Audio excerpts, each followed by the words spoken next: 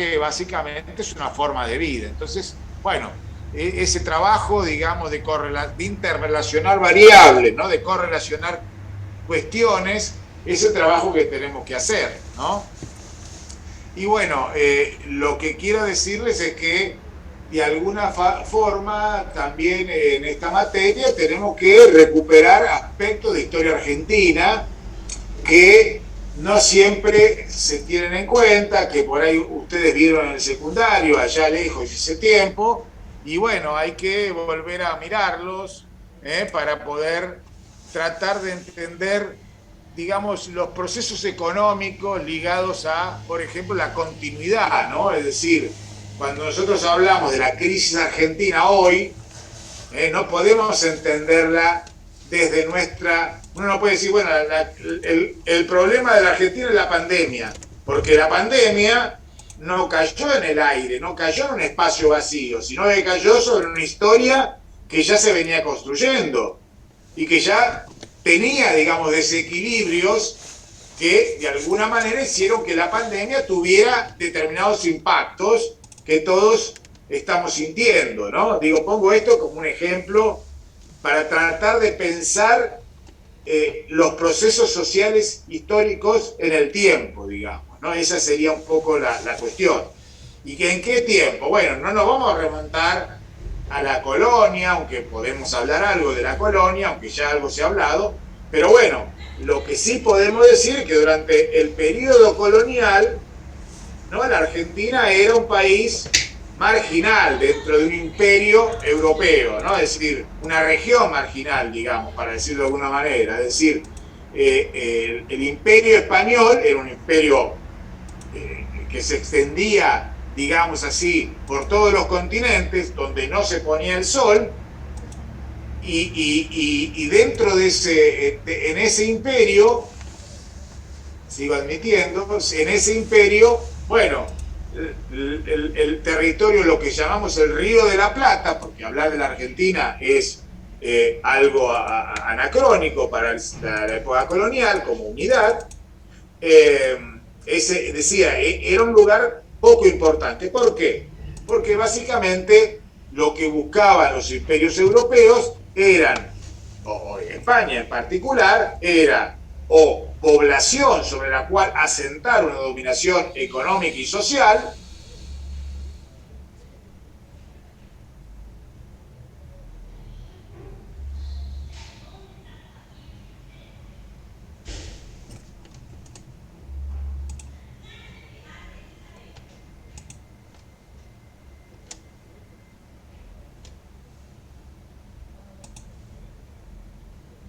en Río de la Plata era justamente porque se presupuso que ese río iba a llevar a las minas de plata, cosa que no lleva, ¿no? Es decir, lleva al Paraguay, pero no al Alto Perú, Me ¿sí? hago una consulta, perdón. Entonces, Sí. entonces, lo único que teníamos era el puerto, nada más. Porque nosotros, yo lo que me acuerdo, lo que siempre nos hicieron ver de historia, nosotros un poco, pero bueno, el puerto, etcétera.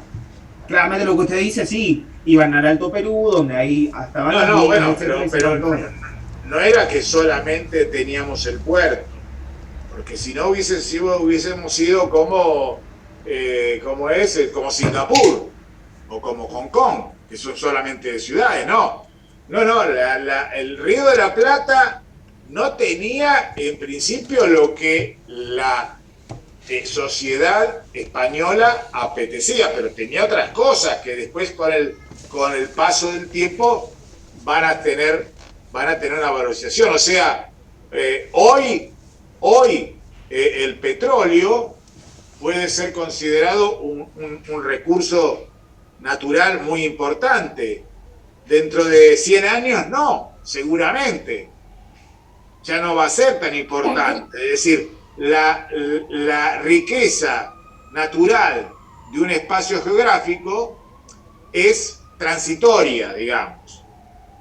O sea, digo, puede ser que el litio sea una gran riqueza y que Jujuy dentro de 100 años sea el centro de un imperio económico, o que el viento pase a ser la principal fuente de energía y entonces la Patagonia sea un epicentro de actividad y de inversión muy importante. Es decir, las cosas van a cambiar, no sabemos. Básicamente yo diría que está claro que en el futuro lo más importante va a ser la inteligencia, ¿no? Más que los recursos. Pero los recursos van a ser importantes seguramente también, ¿no?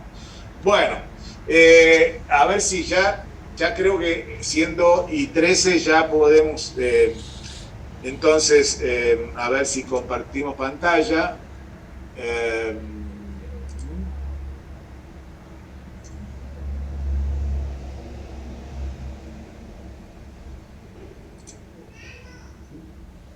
Bueno, entonces acá tenemos que ver hoy el texto de Gallo, vamos a trabajar, ¿no? Ustedes ya lo han visto, ¿no? Ustedes han podido ya empezar con los, ¿no? ¿O me equivoco? Profe, perdón, creo que el cronograma todavía no lo han subido. No lo subieron. ¿No está subido, Sebastián? ¿No lo subieron en el cronograma? No, la verdad es que no lo vi, no. Ah, bueno. Entonces, me disculpo y bueno, ahora lo subimos. Pero no, Sebastián no se pidió en trabajar el texto de Gallo hoy. Sí, hoy tocaba ese, pero bueno, es que tuvimos una desinteligencia y no subimos el cronograma. No, pero se anunció que hoy se trabajaba el texto de Gallo. El viernes pasado no. El viernes pasado no se dijo nada, se iba así que se subía el cronograma, pero después no figuró por ningún lado. Buah. Bueno, ¿qué va a hacer? A veces pasa. Bueno, les comento entonces. Ahora subimos el cronograma. Hoy vamos a hablar del texto de Gallo, que analiza la Argentina de 1870 a 1914. Y la próxima clase corresponde el texto de Rocchi, El péndulo de la riqueza se llama, ¿sí? Hoy,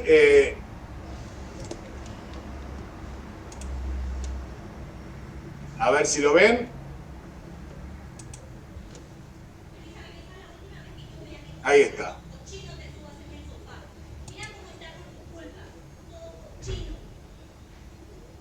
Lo alcanzan a ver, ¿no? Sí, ahora sí. Bueno, acá ustedes lo van a ver en el no sé si ustedes, cómo acceden al material, lo tienen escaneado el material, ¿no? En PDF. En PDF, bueno, perfecto. Bueno, acá lo que vamos a entrar ya en un proceso, diríamos así, en la etapa en que va a ser, podemos llamar la etapa de oro de la Argentina, ¿no? Esta es la etapa no solamente que podemos llamar una etapa de formación de la Argentina como país. Yo decía, la Argentina no es un concepto, una nación, digamos así, hasta este periodo aproximadamente. ¿Por qué? Porque justamente es el periodo donde se va a amalgamar lo que eran 14 provincias dispersas y despobladas, se van a amalgamar en una unidad. Y nación quiere decir unidad, digamos, implica unidad económica y una identidad cultural, por lo menos pretendidamente, una pretendida unidad cultural, una supuesta unidad cultural que podemos llamar, diríamos así, la argentinidad, ¿no? Ese sentido de pertenencia a un conjunto común.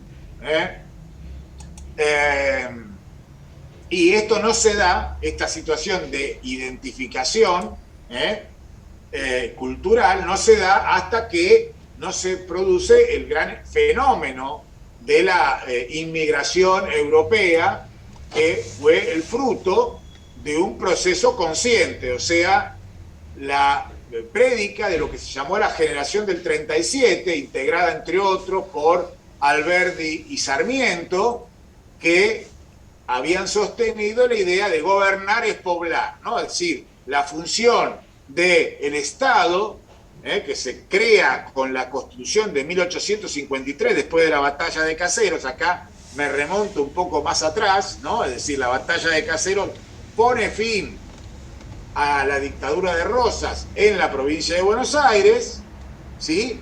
E inicia un proceso de formación del Estado Nacional, porque ese gobierno de Rosas en la provincia de Buenos Aires era en realidad el reflejo de la, llamémosle, de la existencia de estados provinciales sin un Estado nacional que los uniera verdaderamente, aunque la provincia de Buenos Aires oficiaba de facto como el reemplazante del Estado Nacional, ¿sí? Entonces, diríamos que a partir de la organización nacional que surge de la Constitución del 53, podemos decir que empieza a modelarse un Estado nacional y una economía nacional. Esta economía nacional empieza a darse a través, sobre todo, del desarrollo de los transportes. Los primeros medios de transporte van a ser las propias carretas, que van a verse beneficiadas por una mejora en los caminos, ¿sí? Y por también lo que se da a través de la libre navegación de los ríos interiores, ¿no? Es decir, una de las razones por las cuales Urquiza se levanta contra Rosas es que Rosas se negaba a permitir el ingreso de buques extranjeros a los ríos del interior del país, fundamentalmente el río Paraná y el río Uruguay. ¿Es así? Entonces, esta apertura a la navegación que significó la caída de Rosas también va a traer aparejada una mejora en el sistema de transportes que existía en el país, y posteriormente, con la reforma de 1860, otro cambio importante institucional va a ser la nacionalización de la aduana. ¿Qué importancia tiene la nacionalización de la aduana de Buenos Aires? Es que empieza a existir un sistema que podemos llamar tributario nacional, porque la aduana de Buenos Aires pertenecía a la provincia de Buenos Aires. Entonces, cuando hablamos de la constitución del Estado Nacional, lo que queremos significar es que existe una entidad política nacional, supralocal, que está por encima de las provincias, porque lo que conformó, digamos así, la primera etapa de la existencia de esto que llamamos la Argentina, fueron las provincias. La estatidad se construyó en las provincias, ¿sí? Entonces, justamente lo que el nacionalismo, el primer nacionalismo, que está representado justamente por Mitre, encarna esta idea de construir un Estado nacional. Bueno, hacia 1870 se finaliza, es una fecha clave porque finaliza, o está por finalizar, uno de los conflictos más importantes que vivió la Argentina, que va a ser la guerra con el Paraguay. La guerra con el Paraguay es una guerra que básicamente va a significar la afirmación justamente de la soberanía argentina en la Mesopotamia y en el Chaco, digamos. Ese conflicto es un conflicto limítrofe, que tuvo un gran impacto a nivel interno, porque además significó la movilización de la población, de buena parte de la población, la alianza con el Brasil, digamos, y la destrucción de un Estado que, diríamos, tenía cierta vocación de ampliación territorial, que fue el Estado del Paraguay, impulsado por Solano López. Bueno. Una consulta, ¿en qué fecha fue que finalizó la guerra de la Triple Alianza? En 1870. Listo, gracias. Bueno, entonces, algunas cosas que quiero que queden en claro. Primero, vamos a seguir el texto de Gallo, así lo podemos orientar, ¿no? En primer lugar, en esta etapa, uno puede poner 70, 80, acá no se trata, no hay una fecha que podemos señalar que es inicial, sino que en la práctica son hechos que se van sucediendo. Pero está claro que este periodo, que se inicia en torno a 1870, es el periodo, diríamos así, donde la Argentina va a crecer a una velocidad inimaginable, digamos, uno de los grandes fenómenos de la historia económica mundial, digamos, ¿no? Se puede considerar una excepción dentro de la historia económica en el mundo. ¿Por qué? Porque en principio, acá lo dice, ¿no? Partimos de una ganadería de baja calidad, o sea, una ganadería extensiva. Extensiva quiere decir que utiliza un recurso natural como es la tierra en forma extensa, es escasamente agrícola. La agricultura existía, pero lo que no existía, y aquí es importante para retomo lo del trigo que había dicho antes, ¿no? Existía la agricultura, pero no era de exportación. La agricultura era para consumo interno, o sea, en los alrededores de la gran aldea que era Buenos Aires, en Vicente López, en Saavedra, en Avellaneda, ¿sí? Había quintas de huertas, de frutales, para proveer, inclusive también en algunos casos de cereales para proveer a la ciudad, que era ya por entonces, empezaba a ser por lo menos una ciudad, un mercado importante, un lugar de consumo importante porque tenemos una población muy dispersa. Bueno, acá señala la infraestructura de transporte es débil. Perdón, profesor, una pregunta. Sí. Perdón que lo interrumpa. En el escrito de Gallo decía que el cultivo lo utilizaban para importarlo, el trigo lo importaban, o sea, pero no alcanzaba igualmente para el mercado interno, eso es lo que no entiendo, o sea, lograban importarlo, pero... No, es que lo que está diciendo es que no alcanzaba a llenar la demanda interna. O sea, existía agricultura, pero en algunos casos había una necesidad de importar, no siempre, pero se importaban alimentos porque la producción argentina era escasa, digamos, ¿no? Claro. Entonces exportaban más de lo que abastecían el mercado interno. Claro, se encargaba más del mercado externo que interno. Ahí está, perdón. Claro, es decir, podía haber, o sea, estamos hablando de volúmenes poco significativos, o sea, no es que no se exportaba nada. Uno cuando hablamos de fenómenos sociales, estamos mencionando siempre, digamos, valores que sean significativos y trascendentes desde el punto de vista social, ¿no? Siempre hay algún kilo de algo que se exporta o se importa, pero no mueven amperímetros, quiero decir, ¿no? Profe, perdón, ¿qué habías dicho del trigo? Justo se me fue el internet. No, lo que estábamos diciendo es que, según lo que veíamos acá a ver, espera que estoy que... No, su función de compartir pantalla, a ver que no, me dejó de... Ahí está.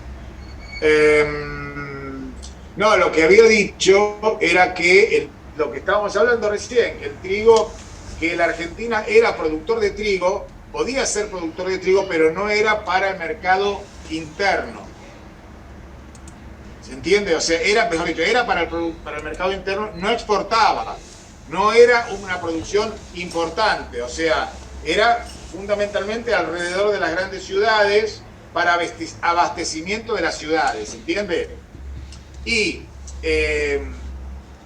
esto es lo insuficiente cultivo para eso. Y sobre todo lo que se exportaba era productos de la ganadería. En 1870 fundamentalmente estaba en auge el ovino, la lana, que sobre todo iba a los mercados europeos, ¿sí? Y el otro gran rubro, por supuesto, era la ganadería vacuna, de la cual se exportaba el cuero y la carne salada. O sea, se vendía la carne, se la exportaba salada, que era un producto que iba a los mercados que tenían una alta proporción de población esclava o de población negra, digamos, ex-esclavos. Porque era un producto de baja calidad y bajo precio. Era un sistema de conservación que generaba un producto de mala calidad, ¿no?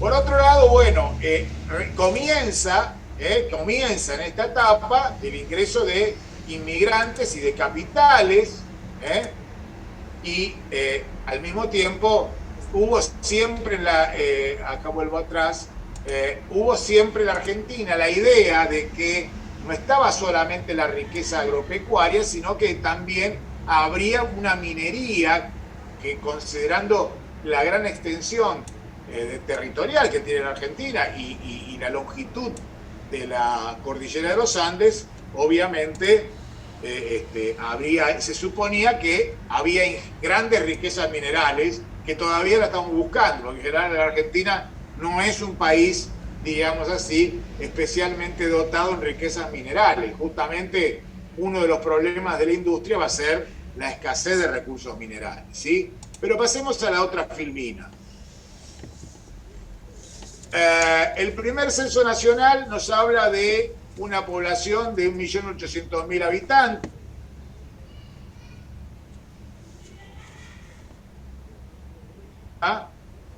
Y una gran cantidad de población que todavía vivía en unas condiciones bastante precarias, ¿no? Por ejemplo, casi el 80% vive en ranchos, o sea, los ranchos que uno ve, rancho quiere decir paredes de adobe y techo de paja, ¿no? Con un alto analfabetismo, casi 78%, y una inseguridad en el dominio territorial por la presencia de zonas dominadas por poblaciones originarias, ¿no? Por pueblos originarios al norte y al sur. Hoy por hoy uno tiende de alguna manera a valorizar esos pueblos originarios, porque obviamente hubo una suerte de racismo en la descalificación. Pero desde el punto de vista de la existencia social, sin duda había un tema, digamos así, de inseguridad jurídica, política y económica que implicaban los malones, ¿no? Es decir, la cuestión indígena era una cuestión que preocupaba por igual a toda la población, digamos, ¿no? Al mismo tiempo, a ese problema, digamos así, que era de la frontera, así llamado de la frontera, o del desierto, que no estaba desierto, porque si no, no hubiese sido un problema, se le agrega entonces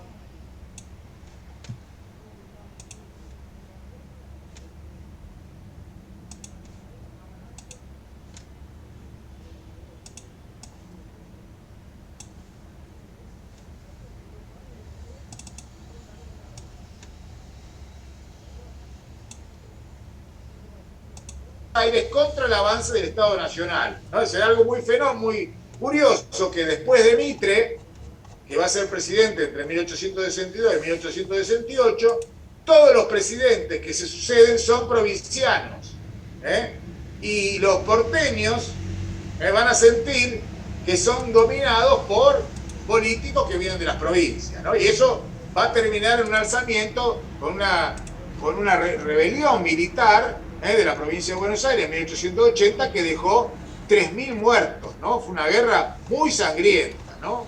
O sea, y sí. No, en ese momento, ¿cómo se dividía Buenos Aires con respecto de provincia de Buenos Aires y Capital Federal? ¿Cómo era esa repartida? Bueno, está bien, es una buena pregunta.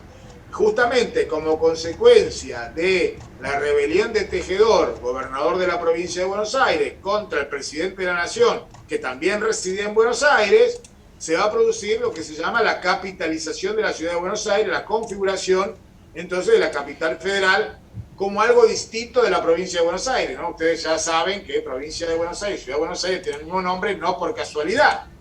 O sea, de alguna manera la capitalización de Buenos Aires descabezó a la provincia de Buenos Aires, le sacó su cabeza, ¿no? Lo que le dio origen, ¿no? Y siempre ha sido una provincia problemática, ¿no? En buena medida se ha relacionado, o se puede relacionar, los problemas de Buenos Aires con el hecho de que la provincia de Buenos Aires no tiene en su seno la capital, a la que le dio de origen, ¿no? Ustedes fíjense de que cuando hay alguna protesta de la provincia de Buenos Aires, viene a la ciudad de Buenos Aires, no va a La Plata, ¿no? Y no deja de ser curioso. Una consulta, ¿ahí también radica un problema financiero? Porque básicamente en la ciudad de Buenos Aires había puerto, por ende ahí entraba la mayor parte del tema de Bueno, los ingresos, de lo que usted dijo hace unos minutos de la nacionalización de la aduana. ¿Sí? bueno, Digo, también radica ahí, o todavía ese problema no está en los no planes. es un problema, digamos, porque todavía no hay lo que llamamos la coparticipación federal, que va a ser lo que de alguna manera ha provocado ciertos problemas, ¿no? Buenos Aires está discriminado en la coparticipación de recursos que recauda el Estado Nacional hoy. En ese momento... ¿Por qué? Bueno, porque es una historia más reciente esa, es una historia más reciente. Pero quiero decir que básicamente el Estado Nacional tiene que construirse quitándole recursos a las provincias. Entonces, un recurso que le va a quitar el Estado Nacional a las provincias es la capital federal. Porque hasta la Constitución de 1994, la capital federal fue... el intendente de la capital federal era nombrado por el presidente de la República. O sea, no había autonomía, ¿no? Bueno. El famoso era designado a dedo, como se decía. El famoso que era designado a dedo. Claro, el presidente elegía, era un funcionario como el ministro, como un ministro, alguien que el presidente consideraba idóneo, y algunos hubo idóneos, otros menos. Bueno, acá estamos hablando justamente de esto de acá esta filmina está mencionando esto que estamos señalando, la derrota de Tejedor, la supresión, justamente esto de la supresión de las milicias provinciales,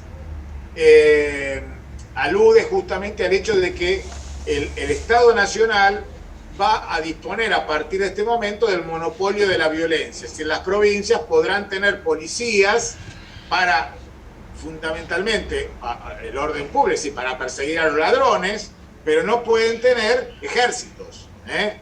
O sea, había milicias provinciales que competían, digamos así, por el poder, por el uso de la violencia con el Ejército Nacional, ¿no? Es decir, este punto va a ser fundamental para afianzar el poder del Ejército Nacional y de la Armada Nacional frente a las tropas que pueden ser provinciales. Otros elementos, digamos así, que hacen a ese proceso de avance del Estado va a estar dado por la moneda, digamos. Hasta 1881 la moneda podía ser provincial o podía ser extranjera. O sea, circulaban monedas de Bolivia, de Chile, de Perú, de México, sobre todo porque los habitantes del interior estaban acostumbrados al uso de la moneda metálica. En la ciudad de Buenos Aires circulaba moneda de papel emitido por el Banco de la provincia de Buenos Aires, ¿no? O sea que acá había esto de unificación monetaria, tenía sentido en función de esto, digamos, a crear lo que se llamó la moneda nacional, es decir, que existió hasta la década de 1960, ¿no? Las primeras inflaciones no consiguieron, digamos así. Nosotros de chicos hablábamos de una fragata que eran 1.000 pesos, por ejemplo, ¿no? Cosas así. Una consulta, ¿las provincias en ese momento tenían su propia moneda o, como usted dijo, que se manejaban con distintos pesos de otros países? Ya por eso digo, en principio, digamos esto, en principio había distintas monedas, Entonces, en principio se crea una unidad monetaria nacional, lo cual obviamente fortalece la unidad económica y política del país, ¿no? Ya veremos qué pasa más adelante, porque el tema monetario, porque ¿qué pasa? En el mundo rige lo que se llama patrón oro, que es la conversión, ¿no? La relación permanente, la posibilidad de intercambiar billete de papel por oro, pero para hacer eso vos tenés que tener mucho oro, y como la Argentina no produce oro, la única forma de tener oro es que haya superávit comercial externo, ¿no? Y eso no pasaba. Bueno, Pero eso ya lo veremos más adelante. Otros aspectos que hacen a la expansión del Estado, que podemos señalarlo acá como un consenso sobre el gobierno, es la reorganización, las leyes laicas, las llamadas leyes laicas, la ley 1420 que impone la educación laica, gratuita y obligatoria, y también el registro de las personas que hasta ese momento estaban en manos de la Iglesia, ¿no? Es decir, el nacimiento, el casamiento, el fallecimiento de las personas se registraban en la Iglesia. O sea, aquel que no era católico tendría que registrarse en la iglesia a la cual pertenecía, lo cual implicaba, bueno, la no existencia de una ciudadanía, ¿no? Lo mismo se reorganiza el sistema de justicia como otro elemento y el régimen municipal, o sea que las provincias pasan a tener estados subprovinciales, ¿no? Niveles subprovincial del Estado, y finalmente ya se va a consolidar el sistema presidencialista, digamos, ¿no? El sistema presidencialista vendría a ser una reacción, una tentativa de unificar al país, digamos, ¿no? De darle unidad al país. Bueno, pasemos a la filmina número 5, antes que... Bueno, acá hablamos de orden roquista, que alude justamente a la llegada a la presidencia de uno de estos presidentes provincianos que mencionábamos antes.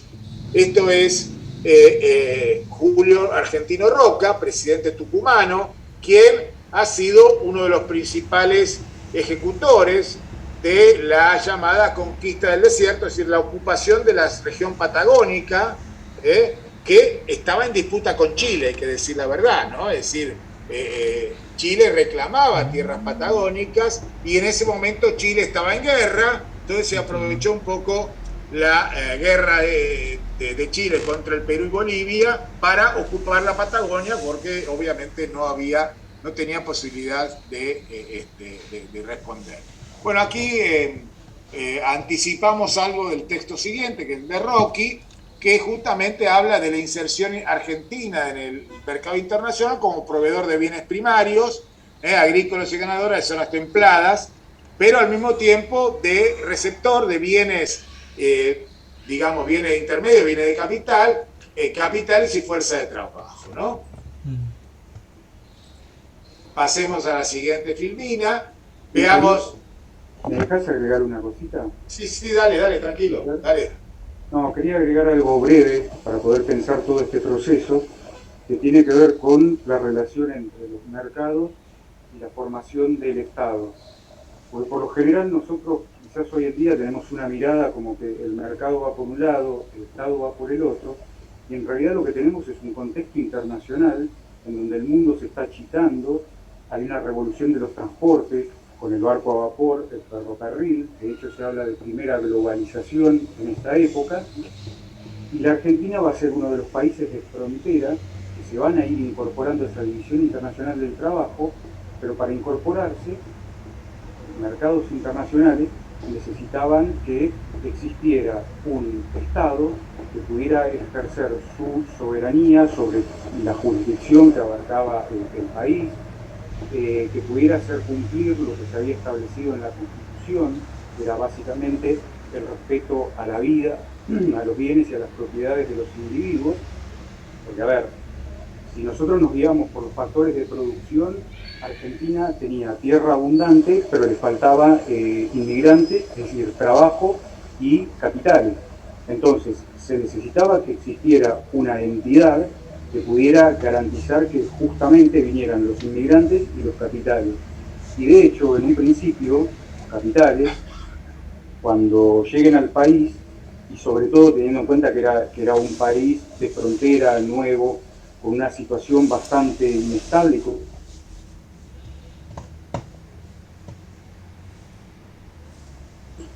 emitidos por el Estado, y justamente con esos capitales, el Estado mismo va a poder ir armando su burocracia, su poder militar, básicamente para poder dominar lo que sería en términos weberianos la coerción o la violencia legítima, inclusive la construcción de los ferrocarriles no solo va a permitir conectar las zonas productoras de La Pampa con el puerto y por ende con los mercados internacionales, sino que también va a permitir conectar, o mejor dicho, construir un mercado interno de carácter nacional y también va a permitir que ese poder coercitivo del Estado se pueda hacer sentir en toda la República.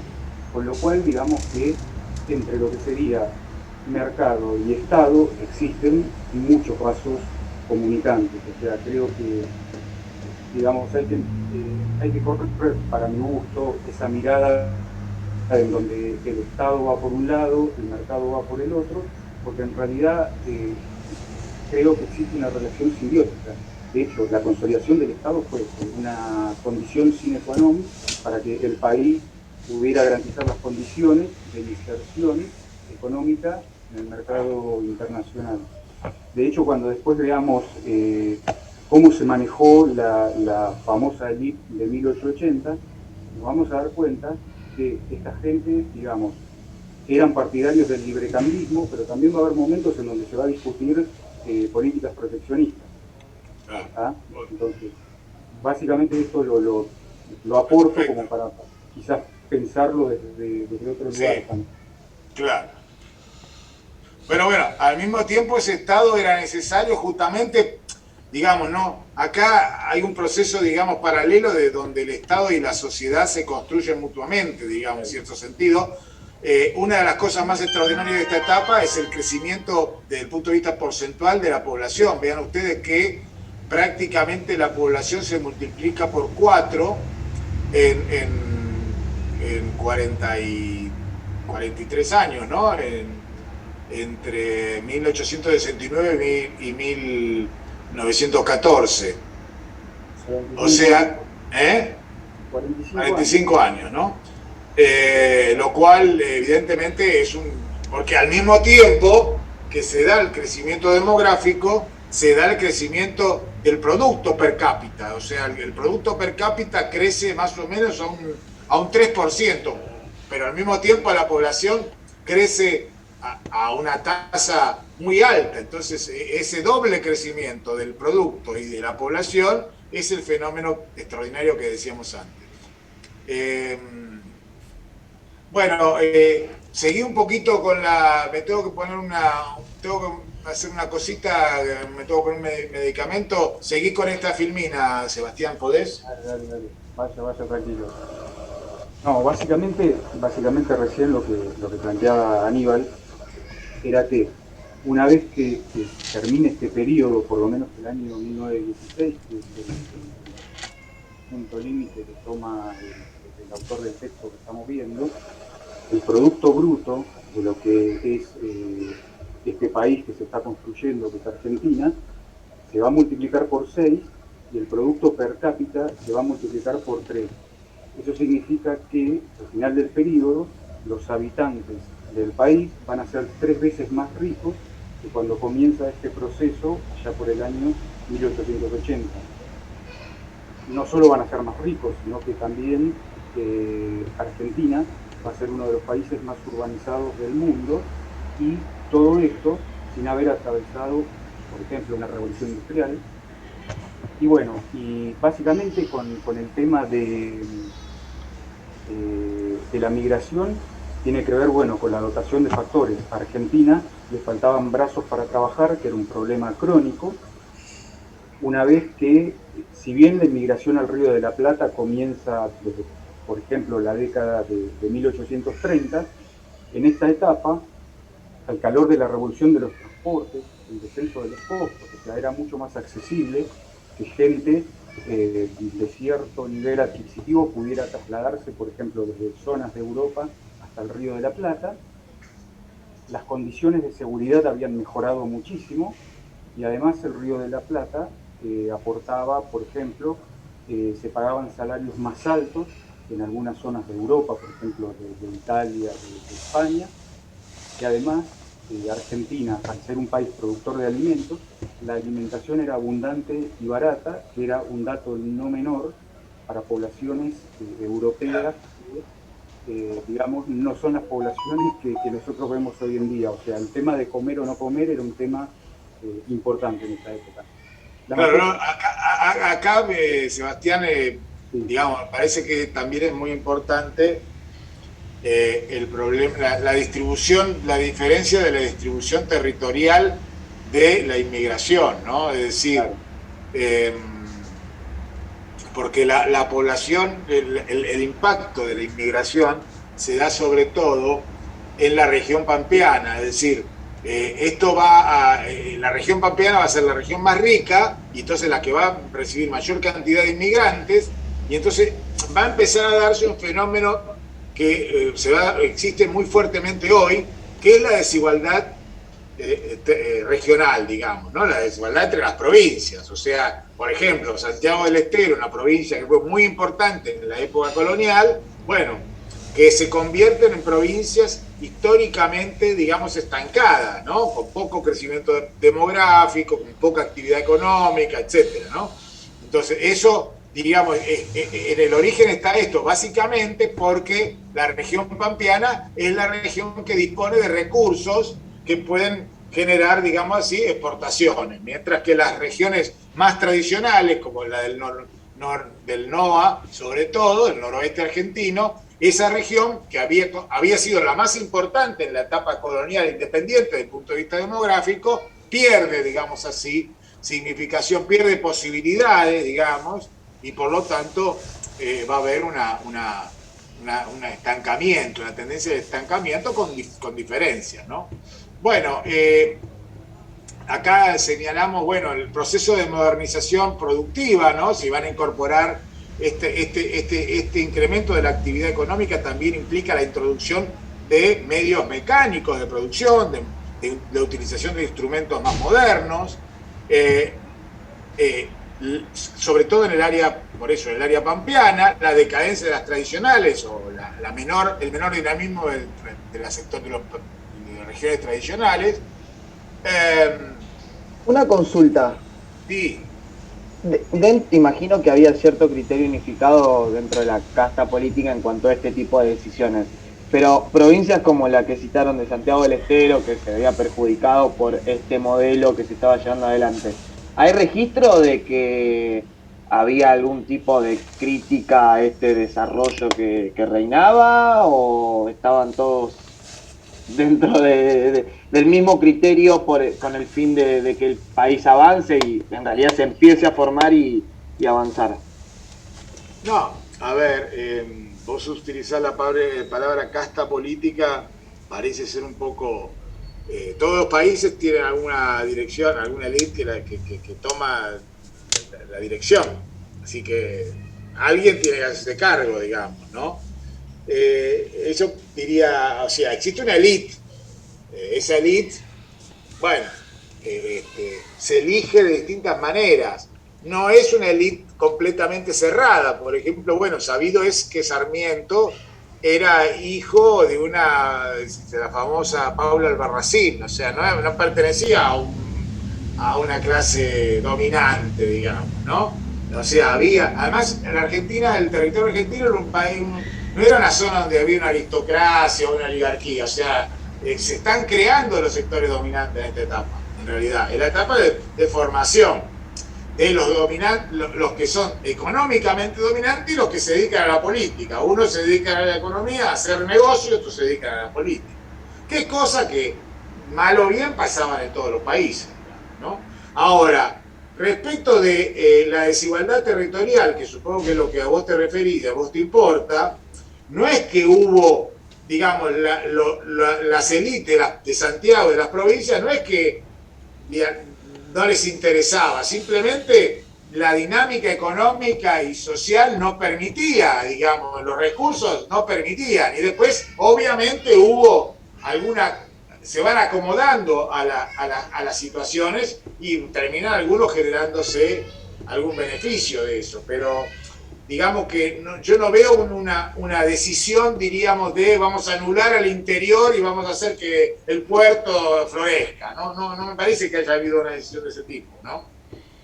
Pero bueno, hay una larga literatura y una larga bibliografía al respecto. Pero me parece que básicamente yo diría, en Argentina en esta etapa le va bárbaro, le va muy bien. Ahora, como también pasó en la Revolución Industrial Británica, ¿no? En todos los procesos de modernización hay a quienes le va bien, hay regiones a quienes a regiones que le va bien y a regiones que le va mal. O sea, el proceso de modernización es desigual por naturaleza. ¿Por qué? Porque vos le vendés al mercado y depende de lo que vos tengas para vender, que seas más competitivo o menos. Y eso va a depender de los recursos, ¿no? O sea, que es injusto, estoy de acuerdo. Vos me dirías, ¿eso es injusto? Sí, es injusto, pero es digamos, ¿cuál hubiese sido la alternativa? ¿No? Esa es la pregunta. Pero bueno, no sé si te respondí a tu inquietud, pero después lo seguimos charlando. Al mismo tiempo que se desarrollan actividades para exportación, esto es importante, también va a haber actividades de mercado interno. Un poco eso va en la dirección que le preocupa a Martín. O sea, no es que solamente se exporta para importar, sino que justamente en virtud, sobre todo de la distancia del costo del flete, digamos, ¿no? Es decir, la Argentina es un país que está, no quiero decir ninguna mala palabra, pero lejos de todo. O sea, el grueso de la población mundial está en el hemisferio norte. En el hemisferio norte. Y en el hemisferio sur tenemos Sudáfrica a 5.000 kilómetros y Australia a 20.000 kilómetros. O sea, no tenemos nada. Cerca tenemos nuestros vecinos, Uruguay, Chile, etcétera. Pero no tenemos mercados importantes. Los mercados importantes están lejos, y lejos implica flete, ¿no? Así que como hay flete para exportar, también hay flete para importar, y ese flete opera como un sobrecosto del producto de importación. Y por lo tanto, mejora relativamente la producción nacional, y va a haber producción nacional, aunque lentamente, ¿no? Lentamente. Porque recuerden que estamos hablando de un periodo de 70 años, ¿no? Acá en la filmina siguiente vemos el proceso de avance de la frontera agropecuaria. Vean acá la zanja alsina, que fue una tentativa de establecer, llamémosle, un modus vivendi con los pueblos originarios, y que luego esa estrategia defensiva se transformó en ofensiva y la llamada campaña del desierto, ¿no? Pero vean que la frontera, en principio hasta 1876, vean ustedes que la frontera se adentraba bastante en la provincia de Buenos Aires, ¿no? Se adentraba prácticamente, abarcaba la tercera parte de la provincia de Buenos Aires, estaba fuera, digamos así, del dominio de las autoridades. Y vean que también llegaba a Santa Fe, a Córdoba, San Luis, Mendoza. O sea que perdón, ¿qué delimitaba esa frontera? No entendí bien. No, es la frontera con el indio. Ah, ok, bien. O sea, porque acá justamente lo que importaba, lo que remarcamos aquí en esta filmina, es la extensión del territorio de la frontera, de las áreas productivas de la tierra, ¿no? O sea, acá esta expansión territorial va a implicar la incorporación de una gran cantidad de tierras, ya todavía dentro de lo que podemos llamar la pampa húmeda, porque acá hacia el oeste, digamos así, ya tenemos la pampa seca, ¿no? La zona que no permite la agricultura de secano, es decir, la agricultura sin regadío, ¿no?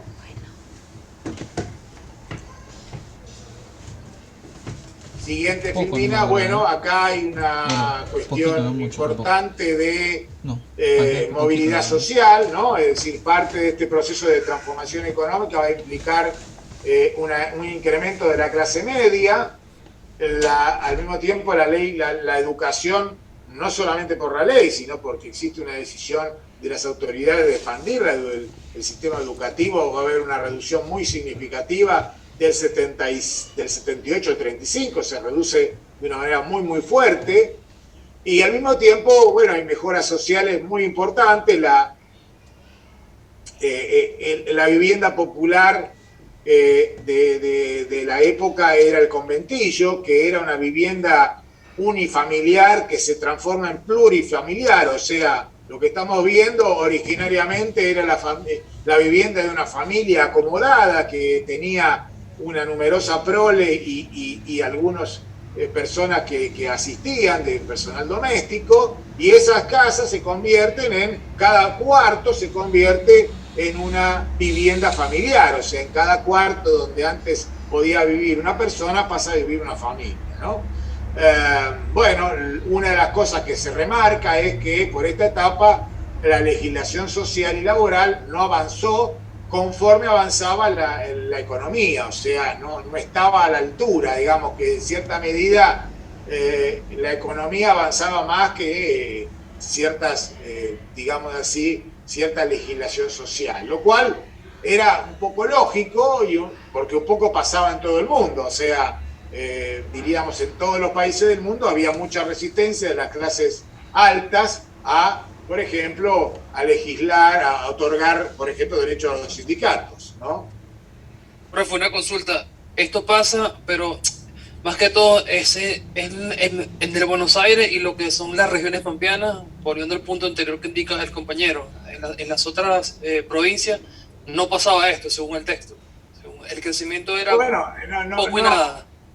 Bueno, acá esta Filmina menciona un poco esto. Sí, como decíamos recién, es bastante desigual el impacto, digamos así. Nosotros decimos, crece en esta etapa el Producto Bruto por habitante, crece un 3%. La población se multiplica por 4, ¿no? Pero, obviamente, ese crecimiento per cápita y ese crecimiento demográfico se da en forma desigual.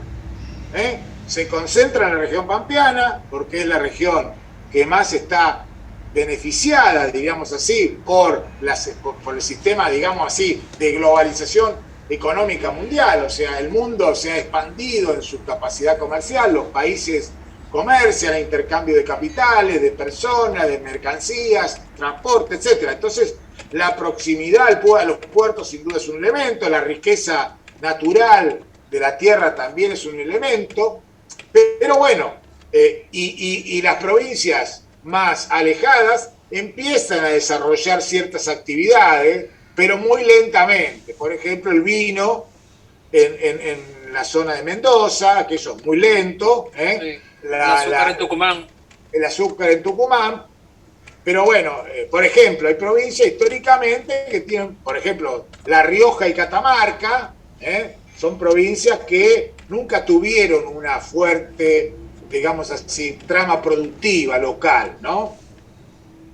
Y esto se nota, bueno, digamos, en que los indicadores socioeconómicos son peores. Pero, ojo, de todas maneras uno podría decir que en términos relativos también, si uno lo mira la serie en el tiempo, hubo mejoras en la condición de vida, por ejemplo, del NOA en 1880 respecto de 1850. Uno podría decir que hay mejoras. Lo que pasa es que las mejoras en el NOA fueron mucho menores que en la región pampeana, ¿sí?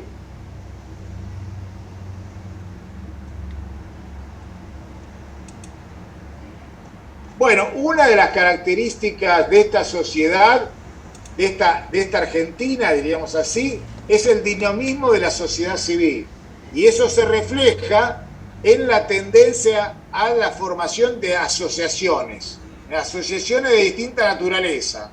Por ejemplo, clubes, por ejemplo, organizaciones económicas, gremiales, mutuales, distinta naturaleza, ¿no? La Argentina siempre tuvo, por ejemplo, una fuerte presencia de gremios obreros, que tenían a nivel local, se lo llamaba sociedades de resistencia, ¿no? Que eran vistas por el establishment como organismos anárquicos, contrarios a la sociedad, en fin, eran muy, sobre todo los patrones de las empresas las rechazaban abiertamente y se negaban, digamos así, a negociar con los sindicatos cualquier mejora colectiva, digamos, partiendo de la idea de que el contrato de trabajo era un contrato individual, una relación individual que se establecía entre el demandante de mano de obra y el trabajador. De todas maneras, una de las cosas que llama la atención es el hecho de que no hay en la Argentina muchas manifestaciones de nacionalismo anti-extranjero, más allá de que existen alguno que otro.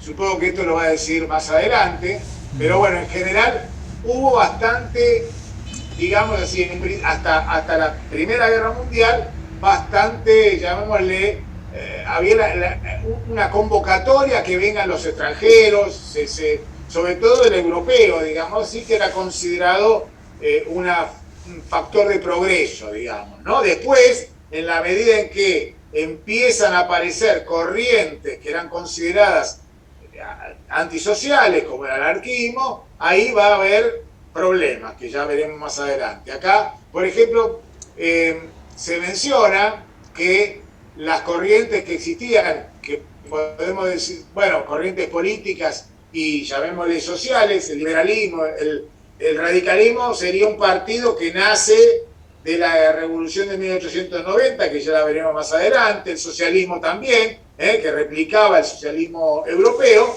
y por último el anarquismo, ¿no?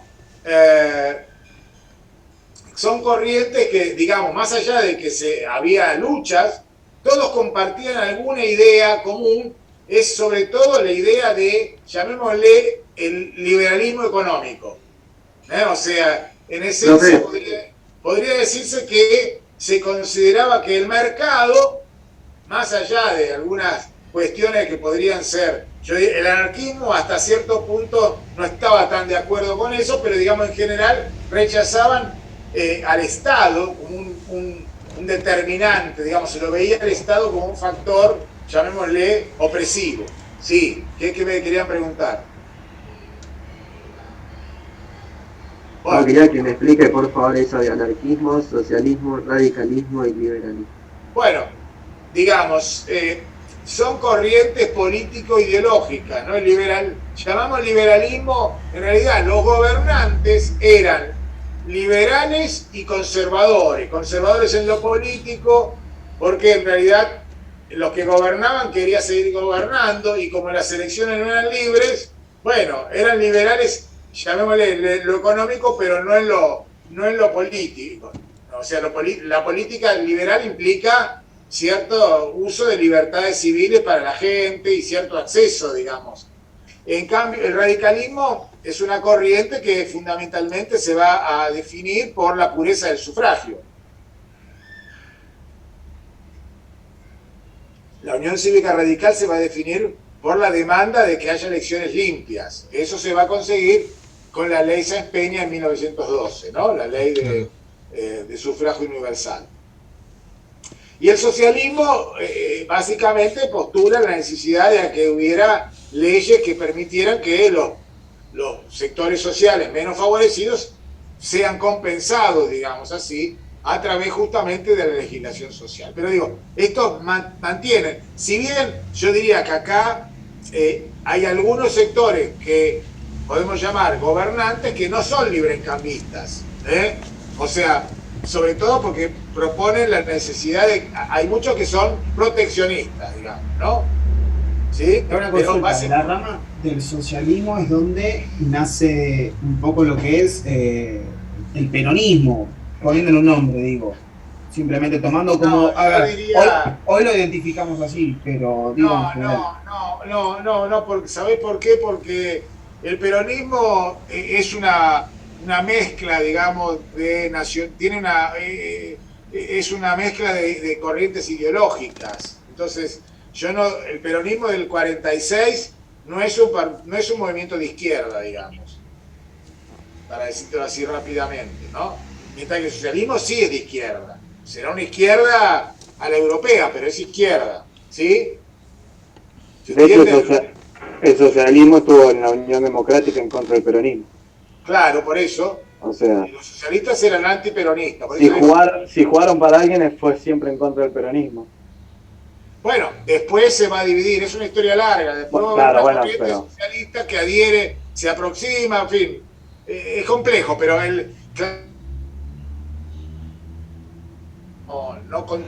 digamos, si bien algunas ideas del socialismo toma, no es, porque el socialismo se pretende un partido democrático, digamos, partidario de la división de poderes, partidario de la acción parlamentaria, y el peronismo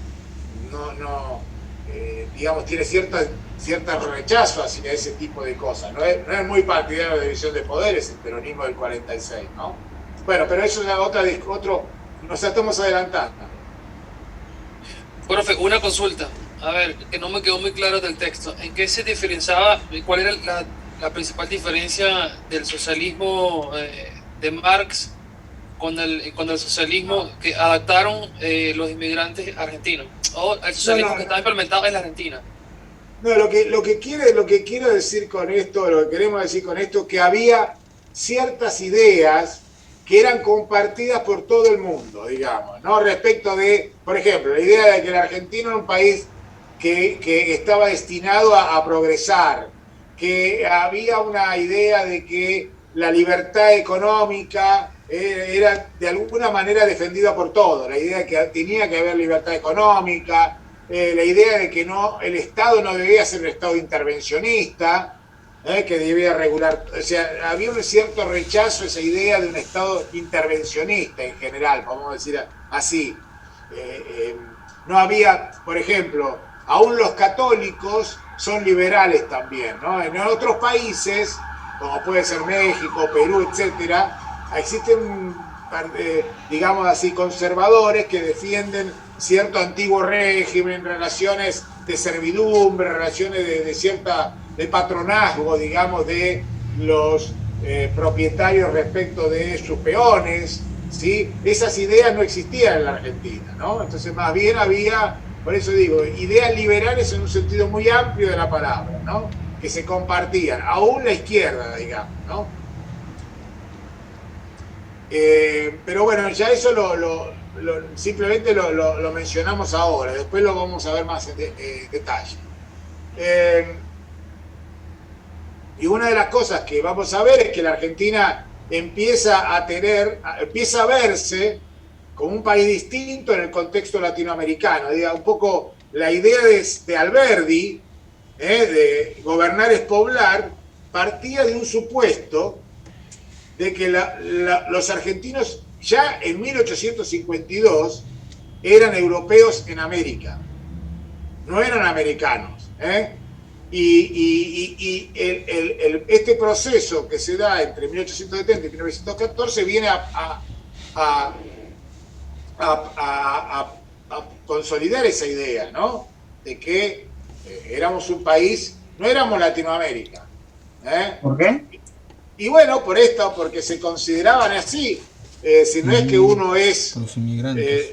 Obviamente geográficamente éramos latinoamericanos, pero desde el punto de vista cultural, inclusive económico, se consideraba, primero hay una realidad, la calidad de vida que existía en la Argentina era muy superior al resto de América Latina, eso es claro, ¿no? Digamos, no es algo interpretación, es una realidad.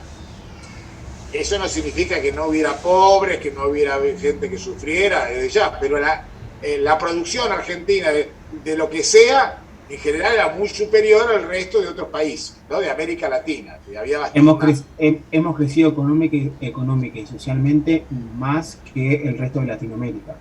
Claro, exacto. Por eso es que se consideraba que los argentinos, como usted dijo, que los argentinos eran europeos en Latinoamérica. Claro, digamos, y de ahí surge un sentimiento de superioridad que por supuesto no se corresponde con la realidad del argentino respecto de sus hermanos latinoamericanos, digamos, ¿no? Es decir, cierto engreimiento, ¿no? Del argentino. Que bueno, la realidad no fue cambiando de lugar.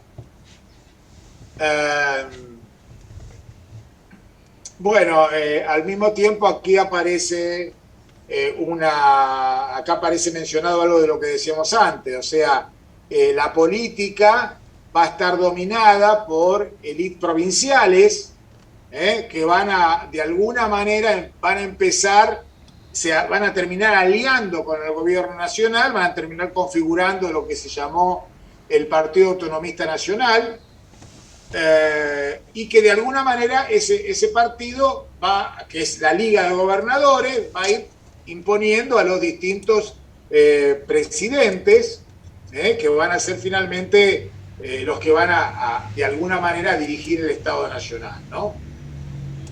Este grupo, llamémosle, de gobernantes conservadores, va a entrar de alguna manera en conflicto con la demanda, porque de alguna forma la Constitución del 53 prometía una república posible, digamos, es decir, la república debía establecerse en el año 53 o en el año 60 con la población que había, que era, digamos así, muy poco alfabetizada y que no había, digamos así, no se consideraba que había condiciones para el establecimiento de una ciudadanía políticamente activa, ¿no?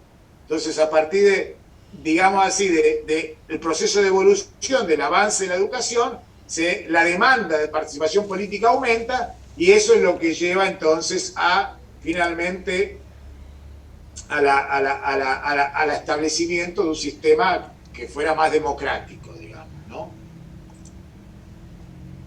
Y esto se va a poner en evidencia, digamos, a partir sobre todo de 1890, cuando se produce, decíamos, el levantamiento de la revolución de 1890, que no triunfa, digamos, pero termina derrocando el gobierno de Juárez Celman, y fundamentalmente lo que vemos acá es que se crea el partido, lo que fue la Unión Cívica Radical, que es el gran partido moderno argentino, junto con el Partido Socialista, ¿no? El PAN es un partido que, como decíamos antes, es el partido dominante en el sistema. En realidad, uno podría decir que el PAN es un conjunto de partidos provinciales, ¿no? No es... o sea, si ustedes se fijan, autonomista nacional es lo que se llama un oxímoron. ¿Alguien sabe qué quiere decir oxímoron? No. No. Es una gente que agrupa. No. Es un término cuando uno tiene...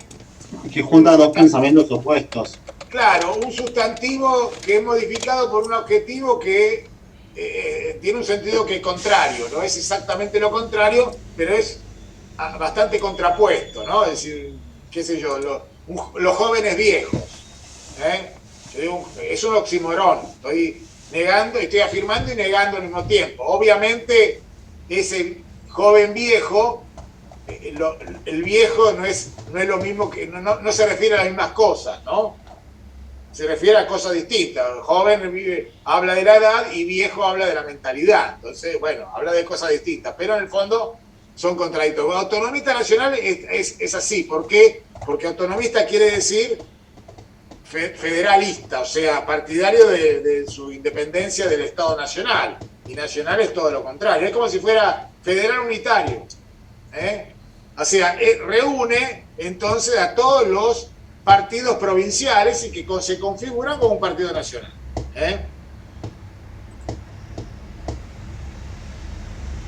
Vos, perdoname, Sebastián, que te haga una pregunta. ¿Vos no ves la filmina?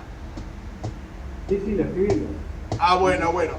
¿Querés seguir un rato vos? Así cambiamos Cambiamos jugador. de portavoz.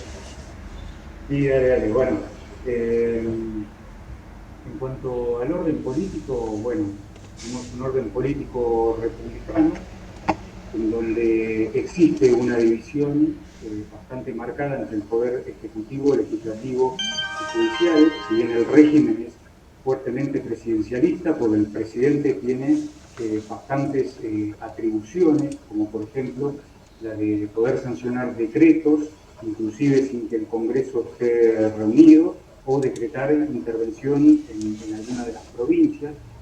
Esto fundamentalmente se hacía cuando el poder de turno veía que en alguna provincia había alguna situación que no le era favorable, pero sin embargo era un sistema que tenía contrapesos. ¿Por qué? porque bueno, no había reelección presidencial automática, es decir, un presidente gobernaba 6 años y si después quería volver ese candidato a presentarse en una elección, tenía que dejar pasar un periodo intermedio. Después, el sistema con el cual se elegía a los gobernantes era un sistema indirecto, es muy similar al que tiene todavía en la actualidad Estados Unidos, o sea, con un colegio electoral, en donde los votantes votaban a una lista de electores que después tenían que elegir en el colegio electoral finalmente a determinado candidato. De hecho,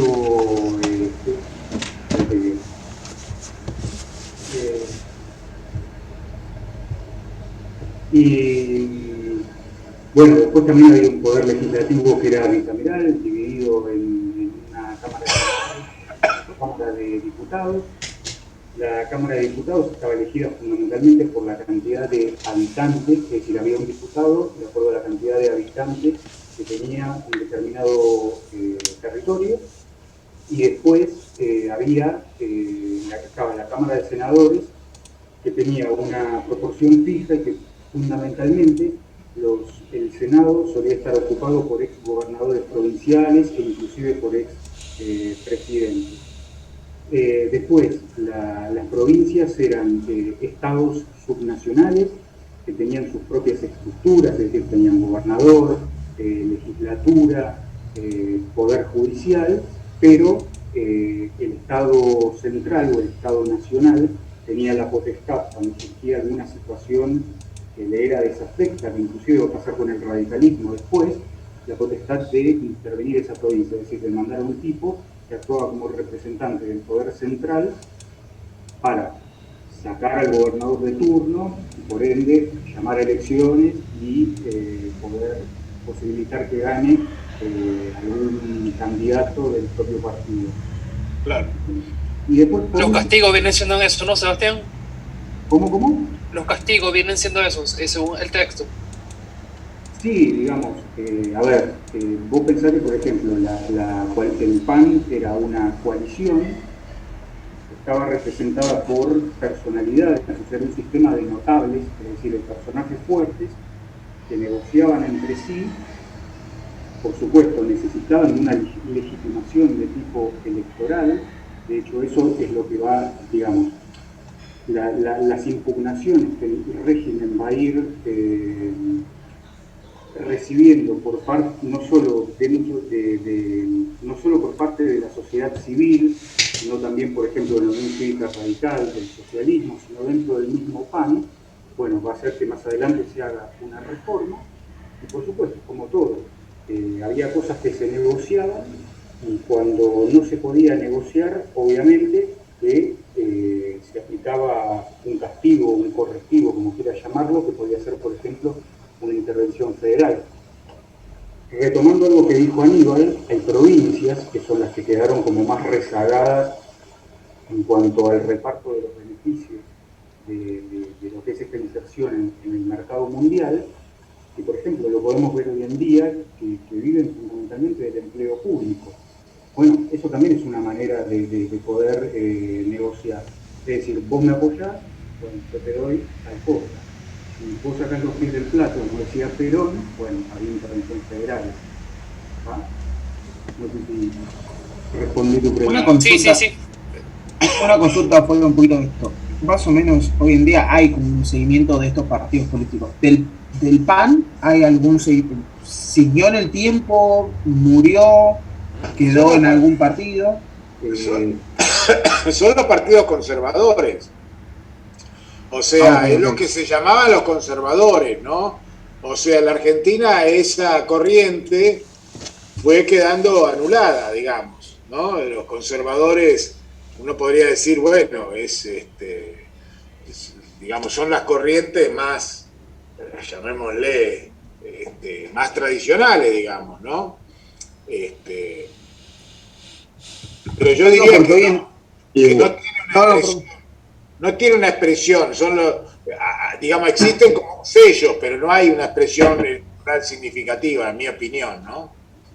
Porque hoy en día vemos, más este año, que son de elecciones, que muchos de estos, más el liberalismo, que hoy retomó fuerza, se vuelven a plantear estos mismos escenarios, que quizás usted lo había marcado en un par de filmes atrás. Por eso es que pregunto lo de... No, pero lo que pasa es que es muy difícil hacer, o sea, digamos, trasladar corrientes políticas de hace un siglo a la actualidad. Eso es muy difícil, digamos, porque el socialismo, digamos, de esta etapa no existe ya, porque respondía a otra realidad económica y social. Entonces yo no me parece que se pueda traspolar de esa realidad a la actual. Digamos, uno podría decir, bueno, sí, uno podría ubicar dentro de lo que podemos llamar el PRO, uno puede decir son liberales, pero junto a ellos están los radicales, los que pertenecen a ese partido radical, que eran los grandes enemigos. O sea, es otro escenario, por eso digo, no se puede hacer una transposición automática, ¿no? Porque en realidad, como bien señalaba Sebastián, se trata, en el caso de los gobernantes, de aquellos que de alguna manera tenían garantizado el ejercicio del gobierno porque no había un voto democrático, ¿no? Eso fundamentalmente era eso. Inclusive lo que dice el Gallo, y que muchos de los gobernantes eran progresistas en lo económico y social, pero eran conservadores en la política. O sea, ¿por qué? Porque querían seguir gobernando ellos, ¿no? Digamos.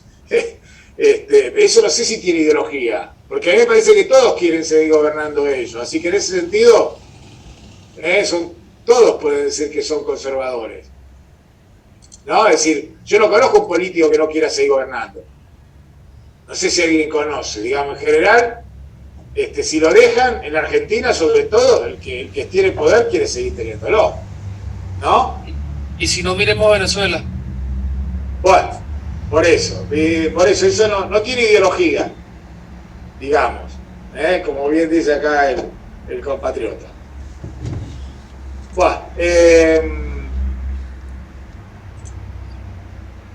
Bueno, finalmente, acá habla de un poco del PAN. Lo que me interesa finalizar es con esto de el ocaso del régimen, que justamente esto que mencionábamos antes, o sea, la ley Sáenz Peña implica la modernización política que se correspondía con la modernización económica. Implicaba un intento de poner la política al nivel de la economía y de la sociedad. La sociedad era moderna, la cultura moderna, pero la política estaba un poco, diríamos así, atrasada. Entonces se buscó, de alguna forma, poner al nivel, diríamos así, del nivel del progreso que Argentina había tenido, ¿no?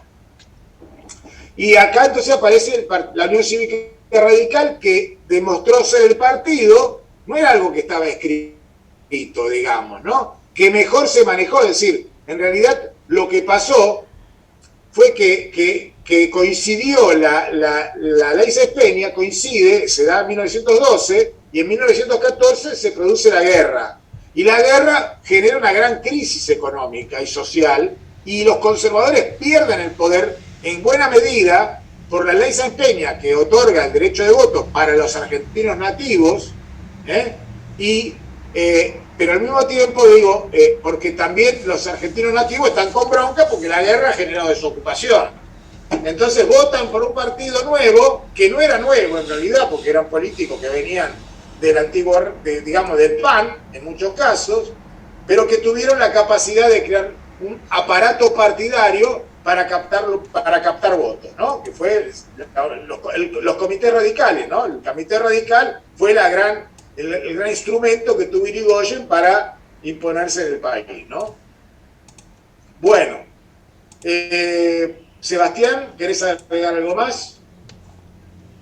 Sí, bueno, básicamente que igualmente, aunque los conservadores, digamos, lo que era el PAN fue dividido a las elecciones entre el Partido Demócrata Progresista y el Partido Conservador de Antonio Ugarte, que era gobernador de Buenos Aires, pero aún así la victoria de los radicales fue bastante ajustada en el colegio electoral. yo no me acuerdo si tuvimos que negociar con una facción disidente, creo que de Santa Fe, para gestionar los votos. Y bueno, básicamente esto, este proceso de apertura y de democratización política, lo que Aníbal fue un intento, digamos, de acompasar lo que era una economía y una sociedad que se habían modernizado, fundamentalmente con el crecimiento de una clase media bastante numerosa, que había tenido la posibilidad de prosperar económicamente, de recibir educación, y que buscaban participar de alguna manera del juego político. Básicamente, aparte también hay que tener en cuenta que esto era algo, digamos, en lo cual Argentina también buscaba, no sé si estar a la vanguardia, pero también tratar de acompañar procesos similares que ocurrían en buena parte del mundo occidental, en diferentes ritmos, pero bueno. Bueno, ¿alguna pregunta? Sí, yo tengo una pregunta que no me quedó muy claro. ¿Cuáles fueron las causas que tuvo Saspeña para crear la ley, esta ley con la que Irigoyen entra al poder? Bueno, a ver, cuando en 1912 el país era un país exitoso, los gobernantes eran gobernantes exitosos. ¿Por qué iban a perder? Ellos pensaron que iban a ganar las elecciones y, como dijo Sebastián, no estuvieron lejos de ganarlas. Había diferencias internas, pero fundamentalmente se da esta situación fundamentalmente por la guerra mundial y porque no tuvieron, digamos, la capacidad para adaptarse al nuevo sistema político que proponía la ley, la democracia, digamos así, universal masculina, ¿no? Que implicaba otro juego político.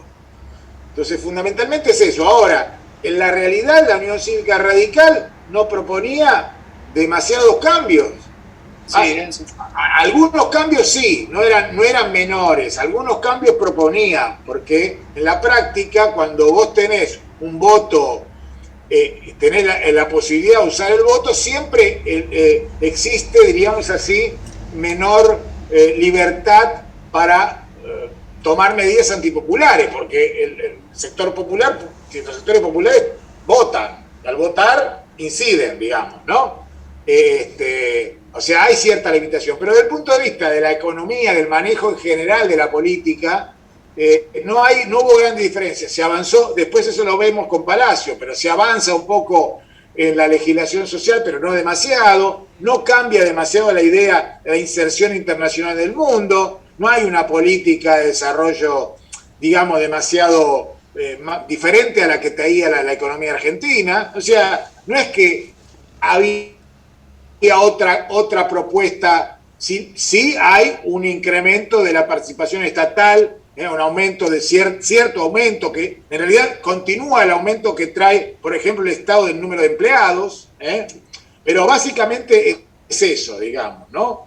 Yo diría fundamentalmente y cambia la manera de hacer de la sociabilidad política, digamos, abre lo que podemos llamar la etapa de democracia de masa, pero esa democracia de masa está interrumpida en 1930 y recién va a retomarse en 1946, ¿no? Que va a ser un cambio muy importante en la Argentina. Bueno, ¿qué otra pregunta? Una consulta, ¿cómo se sostenía una gran economía, una economía en expansión, en crecimiento, con una falta o poca democracia? Hoy en día no lo vemos tan sencillo. Bueno, justamente porque se estaba en los orígenes en todo el mundo de la democracia. No es que en Europa no había democracia en todos los países, ¿sí? O sea, la democracia estaba de alguna manera avanzando y de hecho, bueno, en la década del 20 va a haber proceso, o sea, no era universal la democracia como forma desde ya. Olvídate de Asia, de los países musulmanes, de África. Estamos hablando de de un cachito de Europa, ni siquiera Europa oriental, no, estamos hablando de los países de Europa occidental, ¿no? Gran Bretaña, Bélgica, Holanda, Francia, Italia, España no. España no tenía un régimen democrático. De hecho, va a tener una dictadura muy importante en la década del 20. Y Portugal tampoco. O sea, estamos hablando de un par de 10 países que tenían democracia. Así que la Argentina estaba entrando en esa senda, ¿no? Así que siempre hay un conflicto entre democracia y economía, digamos, ¿no? Es decir, porque en cierto sentido la democracia implica una demanda de compartir los beneficios del progreso. Entonces, hay una tensión. Pero bueno, esa tensión es parte, digamos, es la relación entre capitalismo y democracia. Pero es un conflicto que se da a todo nivel, no solamente en la Argentina, que en la Argentina también se va a dar. Bueno, antes de terminar, si queda acá, no sé si queda alguna pregunta en el chat, que no, acá veo que hay varias. No pasa nada, gracias, profe. No, a mí que no te escuchaba. Nada, recuerden entonces que ahora le vamos a subir, o mañana le subo el cronograma, y para la próxima, entonces, el texto de Rocky, la primera parte, o sea, la próxima sería el viernes, la primera parte del texto de Rocky, y el martes que viene retomamos con la segunda parte, ¿sí? Así que bueno, los dejo, les recomiendo lo que también les dijo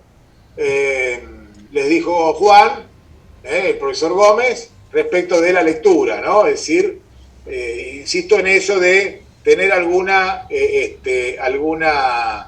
digamos, de tener continuidad en la lectura, porque eso es para poder seguir la clase, ¿no? Bueno, quedamos entonces por acá. Los saludo, me alegro verlos aquí, los abrazo y bueno, nos vemos